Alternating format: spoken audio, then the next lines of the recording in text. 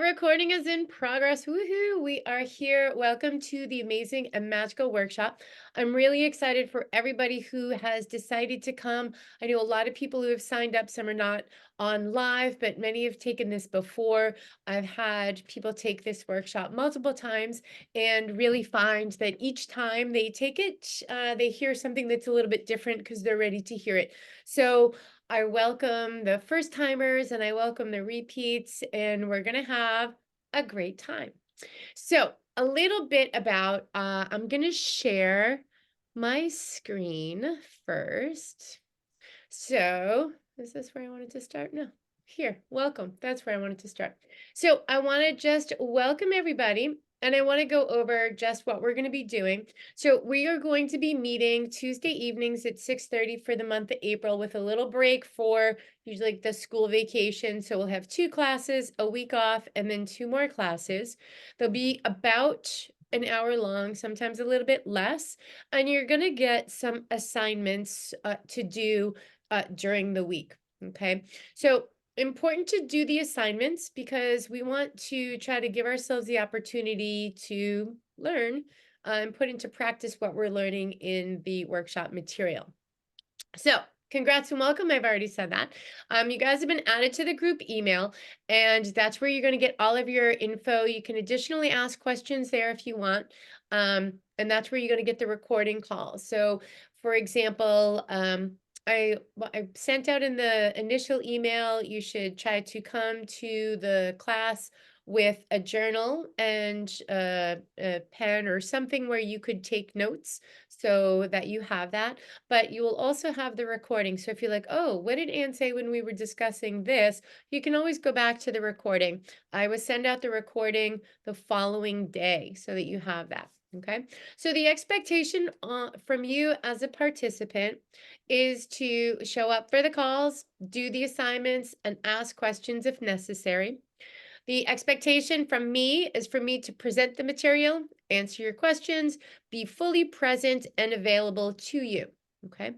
So, no matter what level you are, you're here to bump up that level.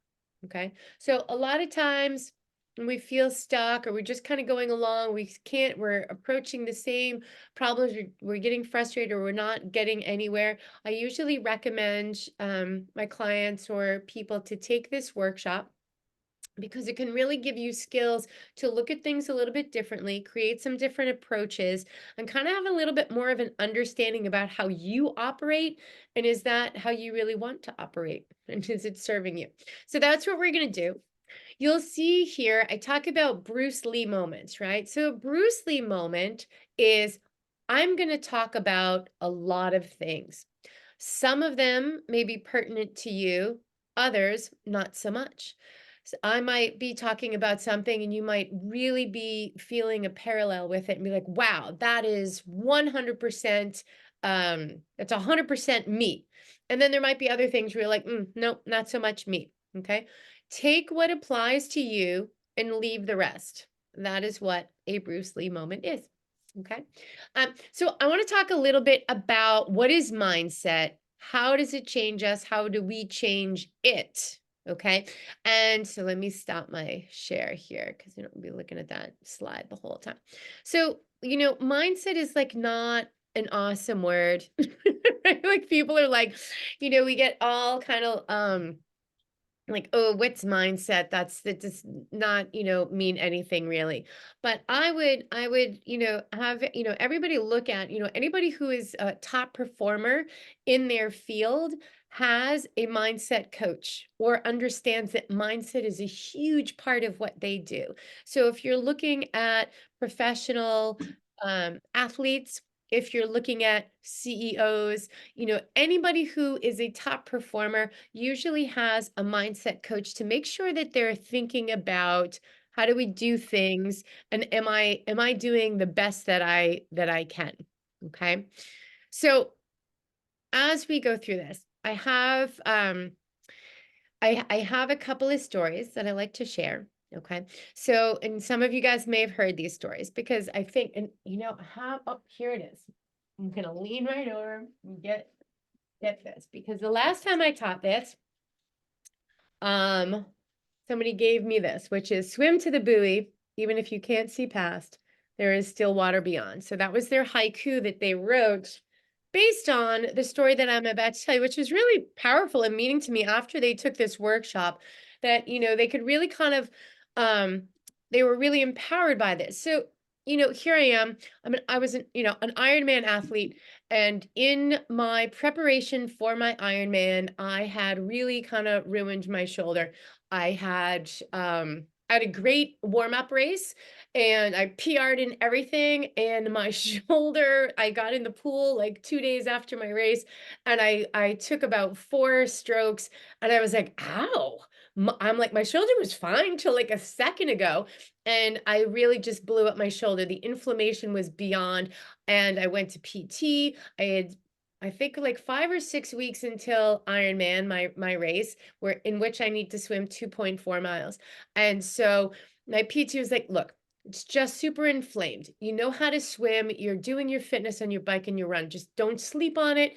Don't pick your arm up over your head. Just don't move it. And then like you'll be fine. The inflammation will calm down. You'll be able to do the race." And I'm like, "Okay." So it's race day, and I get in and I swim, oh, I don't know, 100 meters or so in open water. It's a little bit choppy with a lot of other swimmers around me, and I flip out.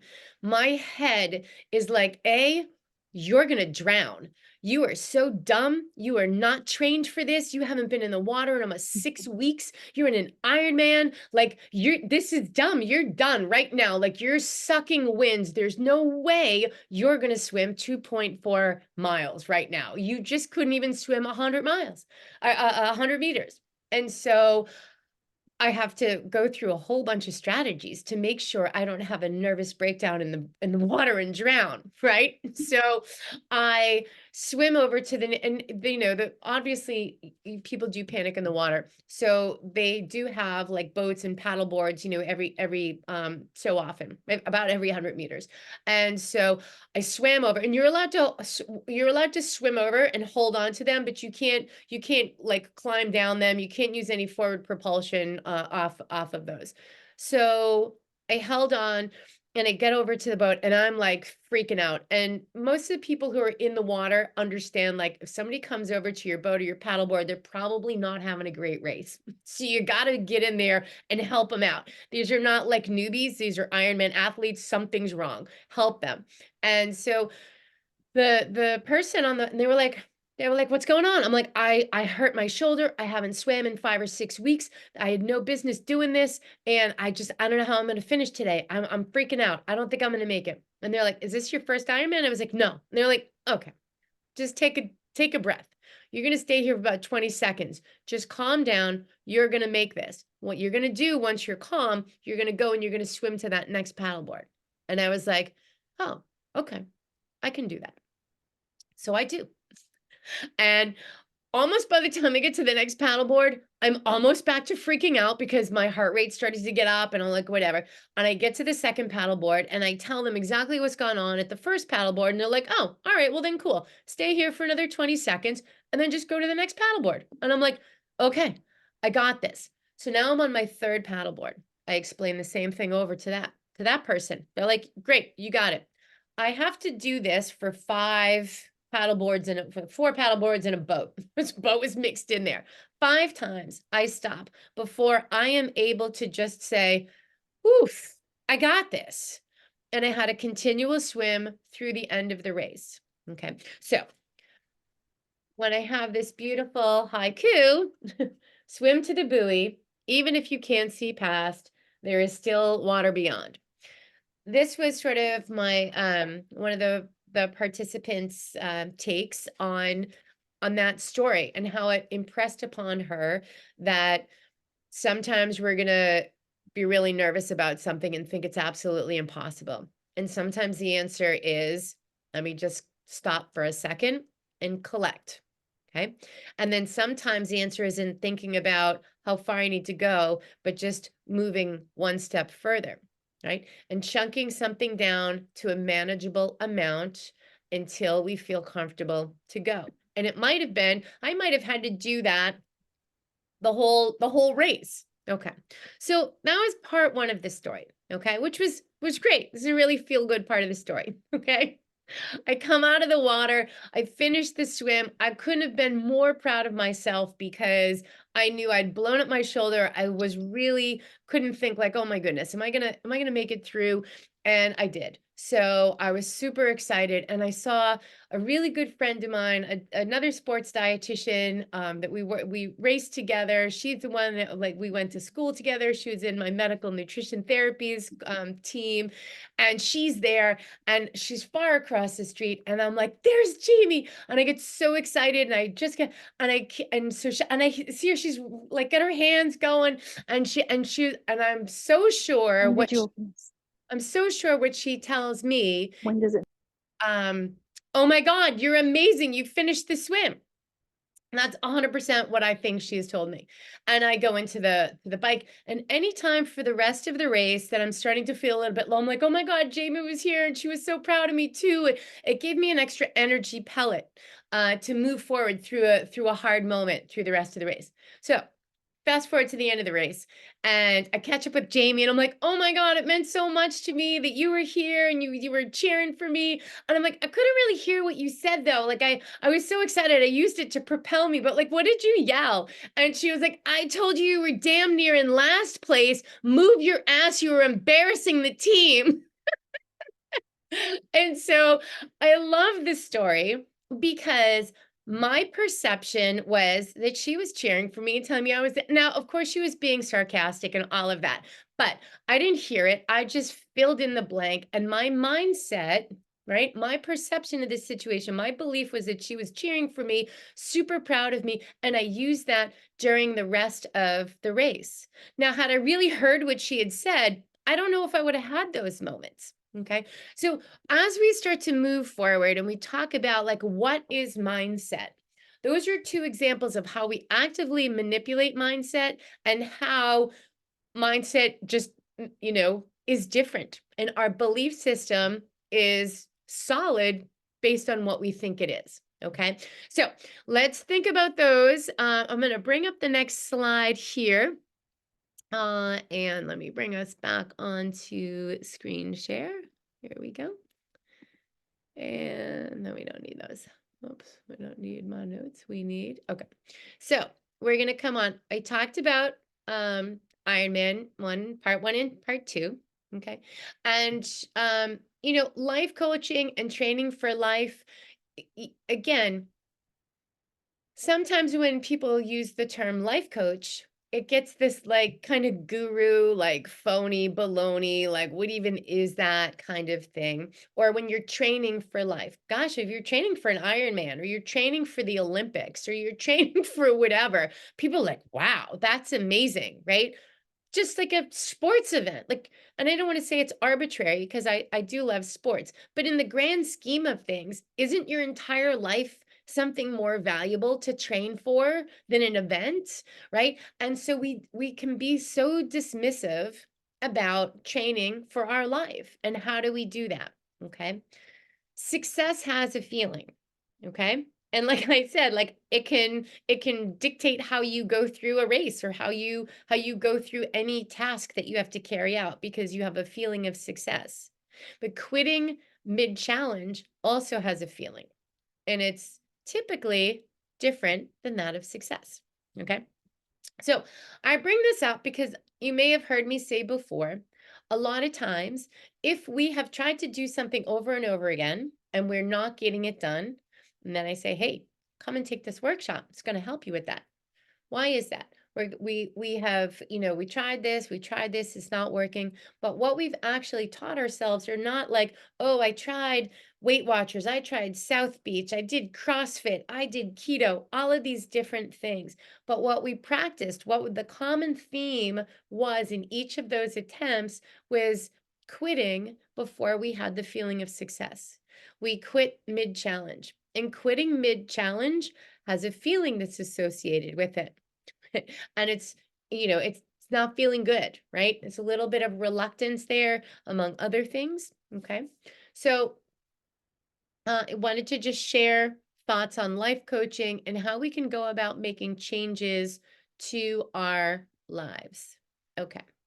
Now, as I had mentioned, we can look at top performers in any field. All of them are going to have mindset as a non-negotiable. Nobody is sitting in a boardroom thinking about, like, oh, this isn't important. Every word that comes out of their mouth is important. It's all articulated and thought about how to present things. It's not arbitrary. And a lot of times we don't run our own life like a CEO would run a company. And I think that we should. Okay. Um, do not include it because we don't feel like we need to win a gold medal, right? Or operate like $1 billion business or win the Super Bowl. Maybe we're like, well, that's not what I'm trying to do. Okay. Okay, that's not what you're trying to do. But if we talk about your life, the outcome of their goal is irrelevant. Not to you. Irrelevant is not to you, but to like what your outcome is. Okay. The process is always the same. Okay. You need to treat you like the CEO in the boardroom, or or an Olympic athlete, or somebody who's at the top of their field, or somebody who's doing at the top. We want that excellence for our life. Why would we not want that for our life? And if you do agree with this statement, hang on to that and make a note, because we want to work on that later. Why are we prioritizing other things to just kind of take a back seat and say, like, well, I don't mind being mediocre, but I dream of being extraordinary. But I'm okay being mediocre. It's fine. I don't need to achieve. Okay. That misalignment is going to cause a lot of emotions. And if you do have a parallel with that, make a note here. Okay. So I want to bring up visualizations of finish lines. Okay. It is always an uplifting thing. Whatever your finish line is, I use a lot of sports. I use a lot of sports stuff, right? Because I trained in sports dietitian. And I also think that our bodies like movement and fitness to some degree. And I think there's a lot of parallels. For me, I have always found it's easier to work things out physically than it is and then figure it out emotionally. I can do it physically first, and then I can get the emotion behind it. And that's always sort of helped me. Okay. So I do use a lot of sports stuff. If we can visualize the finish line, whatever it is, I always visualize myself if I'm dogging a run. I'm like, oh my gosh, I didn't get enough sleep last night. Somebody woke me up, or somebody needed me, or I didn't fuel this properly, or it's hotter than I thought it was. I'm dogging the run.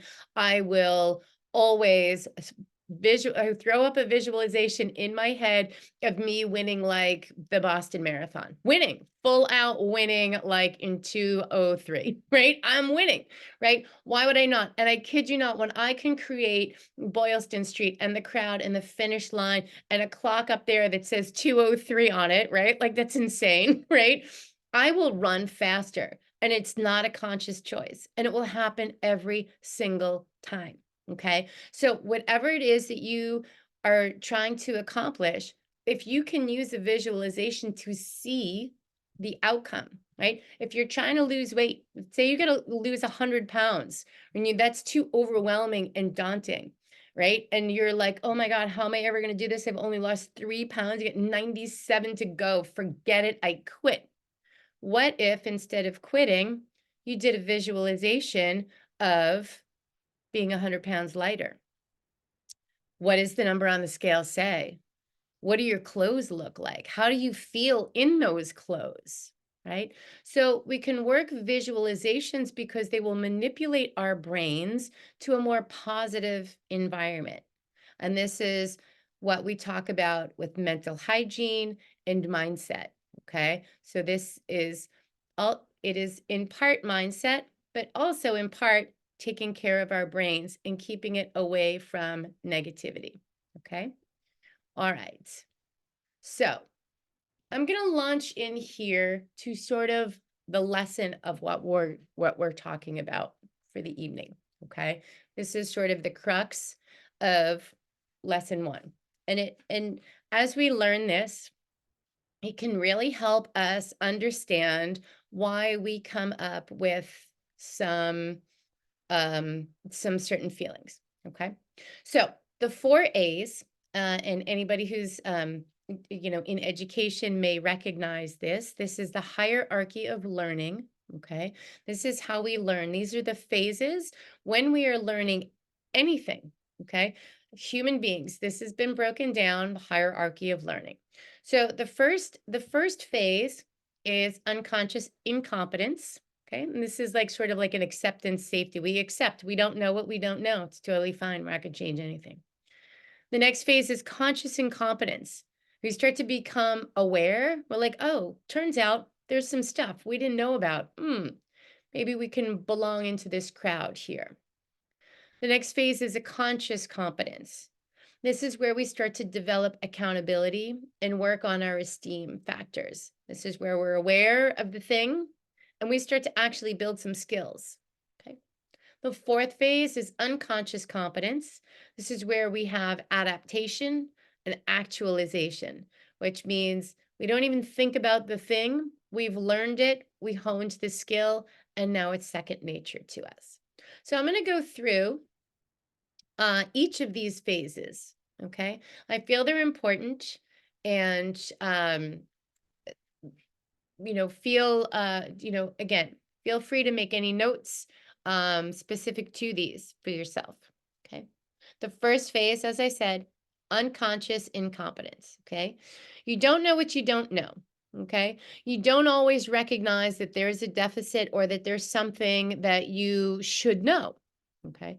You often deny the need or the worth of learning or knowing, right? Like, oh, because it's not your current belief system. This is outside of your current belief system. You're completely unaware of it, and you don't have any skill sets to support it, even if you did. So when it is brought to your attention, it might just sound like absolute ridiculousness to you. Okay. So you deny the need, like, oh, I don't need to do that. Okay. All right. Why would I learn that? Why would I do that? So those are some things that you might hear yourself say when somebody's trying to offer you some advice to learn something, when you feel like I don't need to learn that. I don't see a deficit and I don't even know how to do it. Okay. So those are some very important phrases that if you hear yourself saying, make note because it's likely lines up with you being in a phase of learning around that particular topic that you just don't know what you don't know. Okay. So recognition of the incompetence and the worth of knowing is essential to move into your next phase. Okay. So if, someone's saying like, hey, you know what, like, you should really kind of learn this. And you're like, I have no need to learn that. I see no value in it. I'm not going to do it. You don't see the worth. You don't see the value. You're not going to do it. Right. It's kind of like when we send our kids to school and they've got to do algebra, right? They're like, this is ridiculous. There's no need for this. I'm just not going to do it, right? Until potentially they see a value or a need, whatever that might be. Okay. So let's focus on that. And it can be taught, right? Everybody can be taught as long as we can understand that we can be taught. That's the difference there. So the recognition of incompetence and the worth is essential to be moving upwards. Okay, we move on to phase two. So now we're like, okay, maybe there's something to this. Maybe I do need to learn this thing that you talk about. Okay, this is where we fully recognize that there is a deficit. Like, oh gosh, I do need that, and I don't know how to do it. So we fully acknowledge the need or the worth of the learning or the knowing. And here's where the frustration sets in because we recognize that we have a need to learn something and we have absolutely no skill by which to do it. Clearly, that is going to be very frustrating. So when you start to think about um, if it's been with weight loss or fitness or, um, any other thing that you've been trying to learn, this is the major piece of frustration that we face is that, okay, we finally figured out I have to learn this, I have no skill. No skill, very frustrating, okay? And that's when we just go, "Well, forget it. I'm gonna just go back to whatever I was doing because at least I feel comfortable in that." Okay. And comfortable is a dirty word. Okay. So sometimes comfortable is not really where it's at. Okay. That's not where we're going to learn. We're not going to grow if we're comfortable. When I was, my undergrad was in acting, my freshman acting teacher. It's a great story.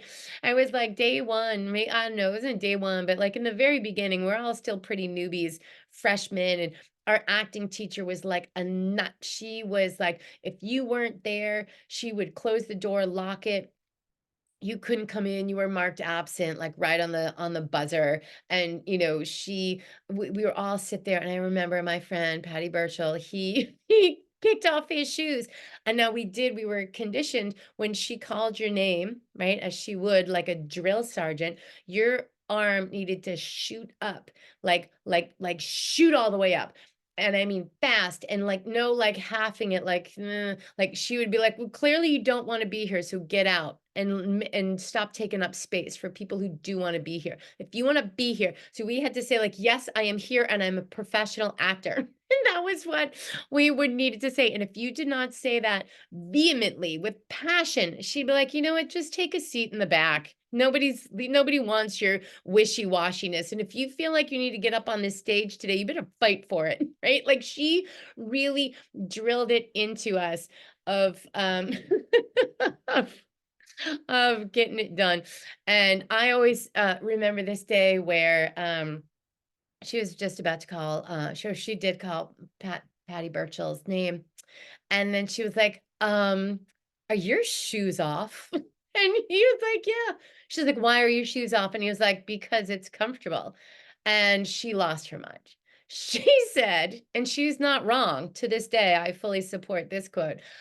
"If you want comfort, go to the finance department and work in finance because they're all very comfortable. If you want to be comfortable in an acting class, also go sit in the back." So I've always just thought about that whenever I talk about comfort.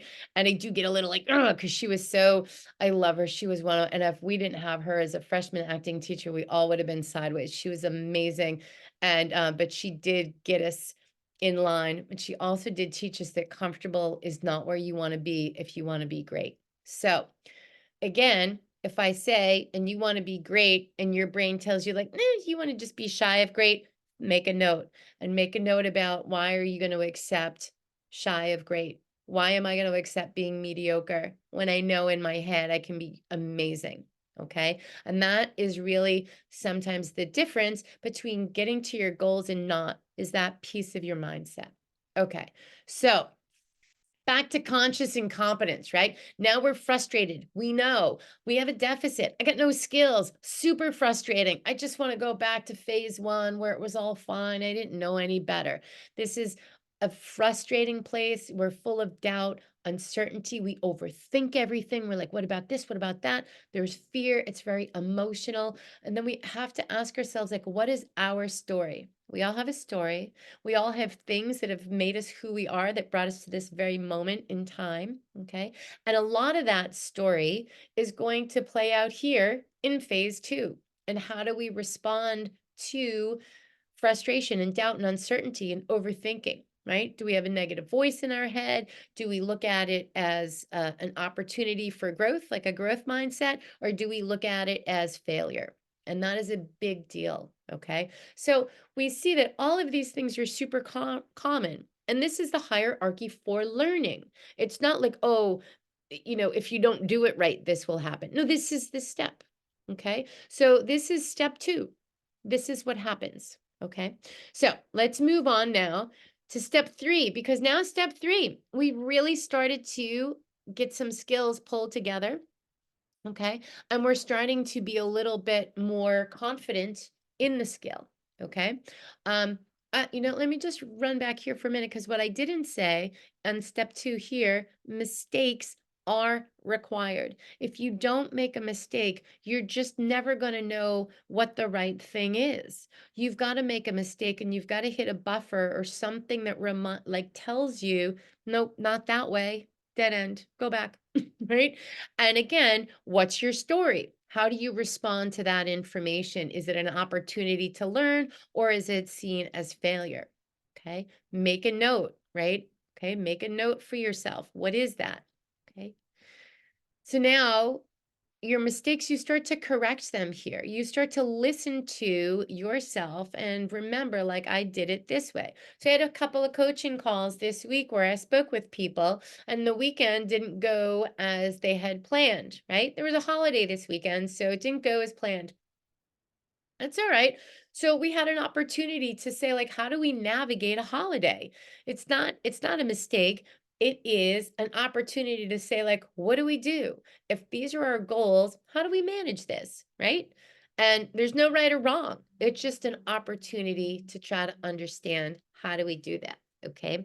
So conscious concentration is vital. It's not going to just happen, right? We're not going to passively absorb this information or the skill.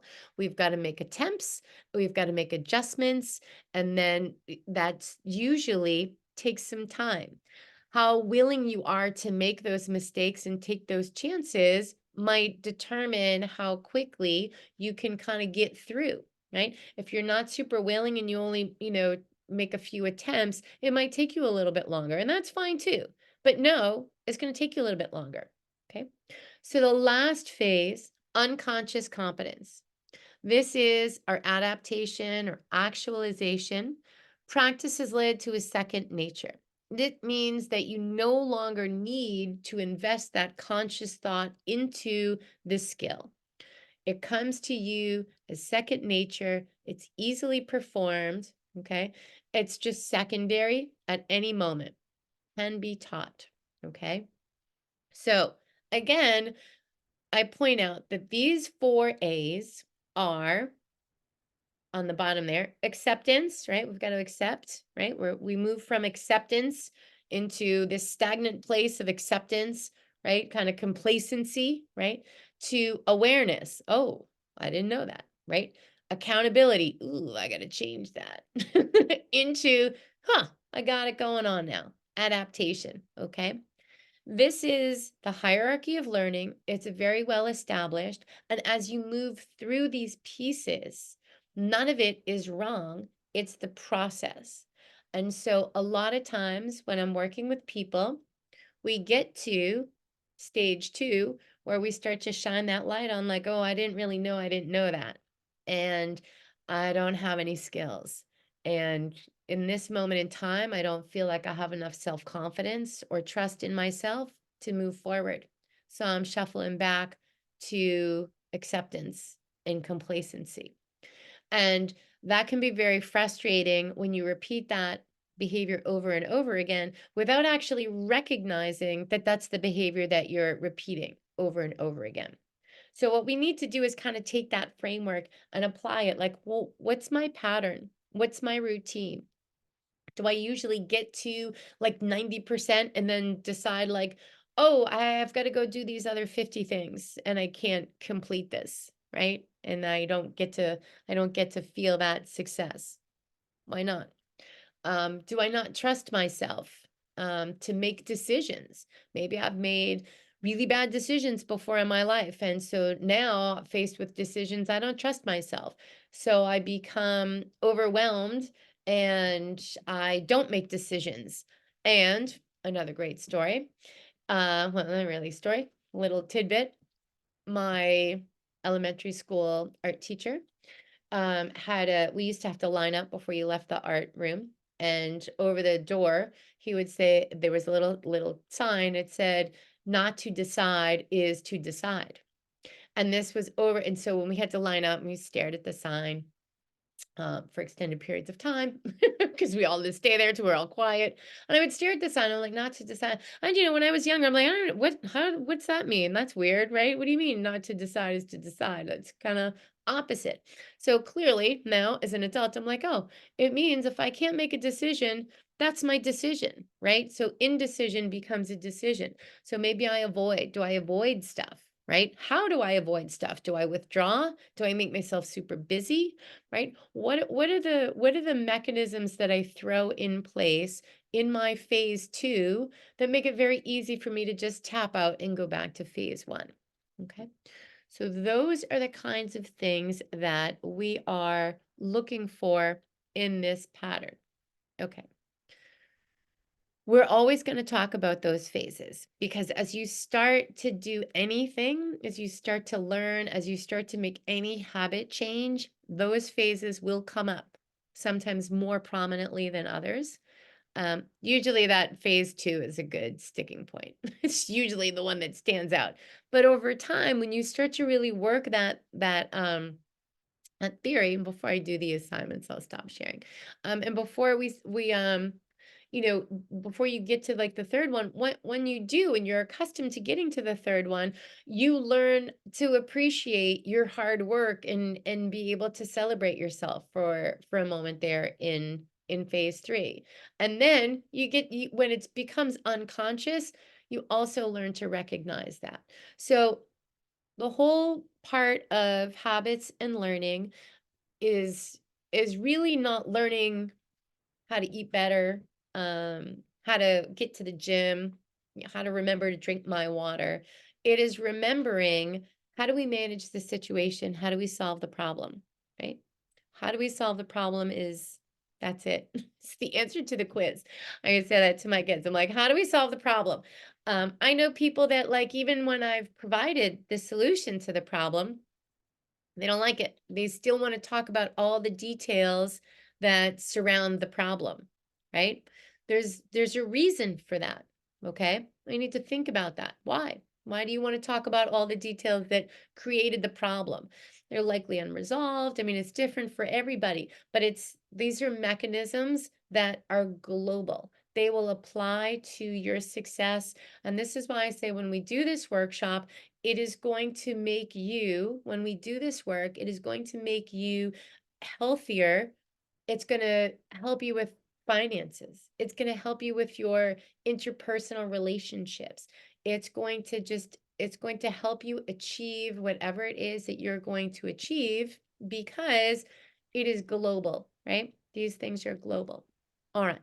So, um, going to just give you guys go over the assignment for the week. Let me bring that back up. Okay, so here's your assignment that I would like for you to do as the week progresses. So it's Tuesday. We reconvene next Tuesday. Each day, I want you to do an activity called Daily Wins.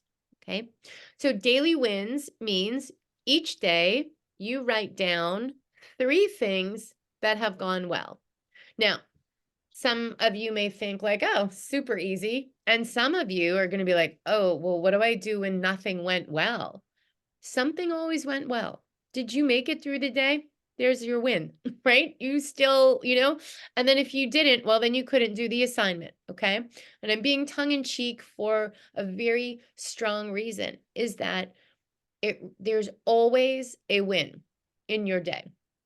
No matter how badly your day has gone, there was a win in there. And I'm not going to give away the answer to the quiz on that one. So I'm just going to leave it at that. But each day, I want you to, now ideally, you all have your journals, right? So I have my journal here. I have many journals. Have your journal and set aside some time for you to write down 3 things that went well. What was your win? Okay. That's the first assignment. Daily wins every Oh, I day. came back to it. Um, Yeah. The next part that I want you to do for your assignment is, what do you want to do and why? So what's your goal? Okay. So let's say your goal is weight loss. Okay. Just say like, okay, I want to lose some weight. Why? Why is that important to you? Not so much why is that important to somebody else, not important to your family, not important to your doctor. Why is it important to you? Okay. Maybe you want to do a fitness class. Okay. Why is it important to you? Okay. Irrelevant what other people think. This is our workshop for you. Okay. The third thing that I want you to write down in your journal is, how does it make you feel when you achieve what you want? Okay. So let's go back to that example of, I want to lose 100 pounds. Okay. So we go back, and why is it important? Well, I've always struggled with my weight.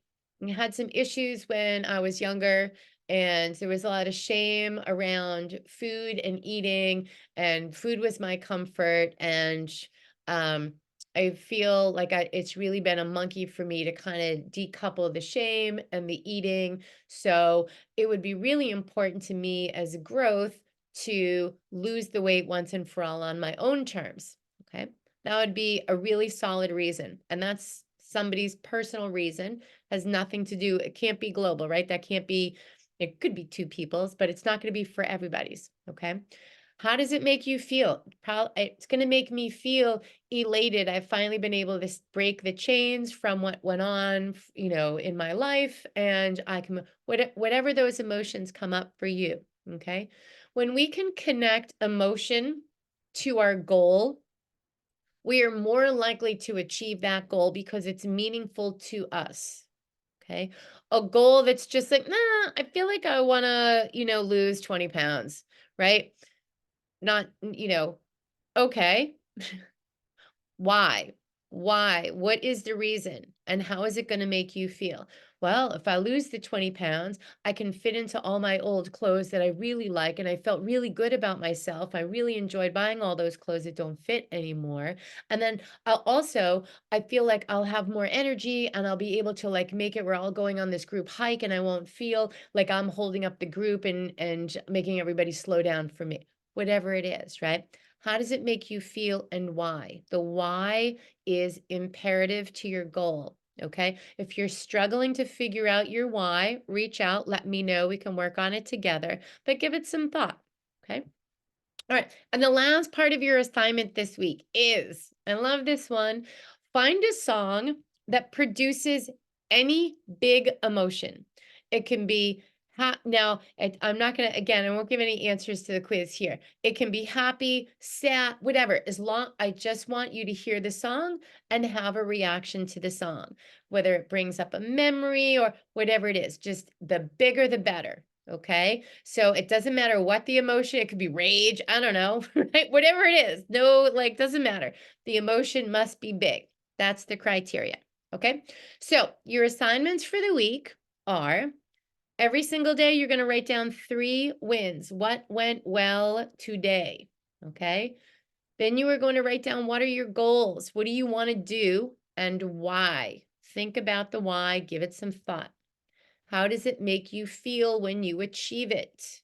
See it, use your visualization. And then the last thing is, find a song that produces any big emotion. Okay. All right. That is our workshop for this evening. Okay. So I kind of went through the material here. I know I didn't have any questions submitted prior for the people that let me know that they were going to be watching the recording. I'll do the obligatory 10 seconds for anybody who is here live. If you want to open your mic and ask a question about any of the material that we have covered, or any question about the assignment. So you can, I'll give you the 10 seconds, which always seems like a long time, but we'll do that and see what we get. All right, and I'll unshare while we do that. Okay, all right. Okie dokie. All right. All right. So next week we will meet 6:30 Tuesday. That will be our second meeting. We will go over, you don't need to share, but we will review your assignments, right? So you don't need to tell anybody what the assignments are. I will just review them. I might give you some examples of what I've done as my assignment. If you feel like you want to share, you certainly may. There's never any pressure to share. There's also never any questions like with mindset stuff. It's not everybody's going to be comfortable sharing certain aspects. So if you like to do that privately, please do. if you do want to share, it always adds a next level for the group. So um, we've had workshops where the group has always kind of been a big group who was interested in sharing with each other, and that was really nice. And the group kind of bonded through the workshop. So either is fine. Please let me know if you have questions. Sometimes you think you know the material or the assignment, and then you get to it and you're like, oh, I don't really understand. Please reach out, let me know. I will send out recordings in the morning so that you have this if you need to go back and reference anything. Okay. I don't believe that there were any questions. So I will wrap up our workshop here for the night and wish all of you a fantastic Tuesday evening. All right, guys, have a good one.